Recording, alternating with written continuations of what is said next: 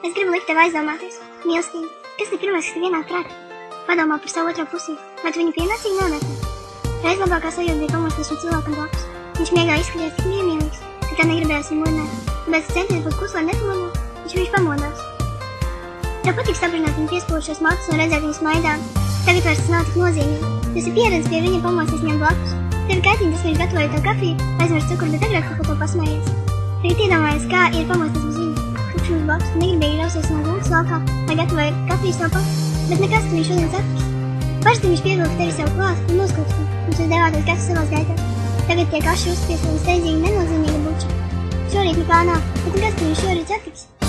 Tev patika dienas, liekas viņam mazas, muļķīgas un mīļas izmaiņas. Tas slikti tā pasmaidīja, tas padarīja tavu dienu labāk, tagad tas kļuvis pats par sevi saprotams. Taču šodien telefons klusē. Atnāk īziņa cerībā, un tu sakrati telefonu, bet ieraug, ka tā nav no viņa. Bet nekas, ka viņš šodien satiks. Darba vai skolas diena ir pagājusi. Viņš ienāk pie tevis uzvelc vēju, un jūs iet pastaigāties. Viņš satver tavu roku, pēkšņi apstājies ielas viņu un apskaņo. Viņš smejas. Jūs pārstāstat viens otram dienas notikumus, un jūs nepamanāt, kā aiziet laiks, ārā jau ir sakums. Iesim šodien pastaigāties. Jā, bet tu tā gribi. Labi. Jūs vairs nesadotaties rokās, tik ejiet viens otram blakus. Kāda gan tam nozīme?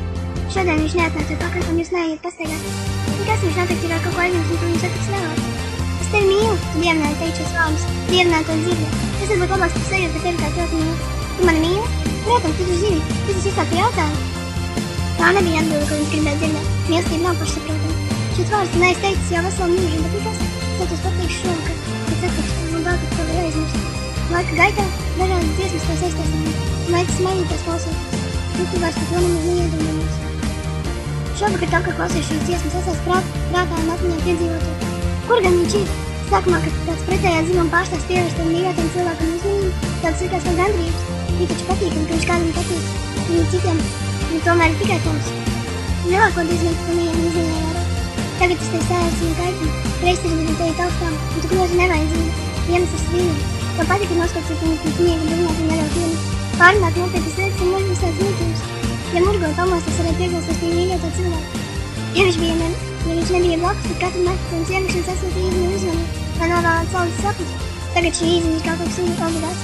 Aša buca pirms miega, un viņš jau ir aizmirst. Patnīt cerības viņa satikt aiz ar acis centas vienu, bet nevar. Asaras pašas izlaužot, ka domā, nožēl. Iemiedz un murgo. Pamosties un nevienam augstu mierinu. Tas viss tikai tāpēc, ka mēs novērties par cilvēku, kurš tā bija līdzi. Tas arī viņu zaudējis un savas nenovīdības un muļķības. Saprats, ka nozīmīgs un svarīgs bija viss, kas manās notiks. Šī ir par vēlu. Es tev vēl projām necas resurs. Zini? Es gribu tevi atpakaļ.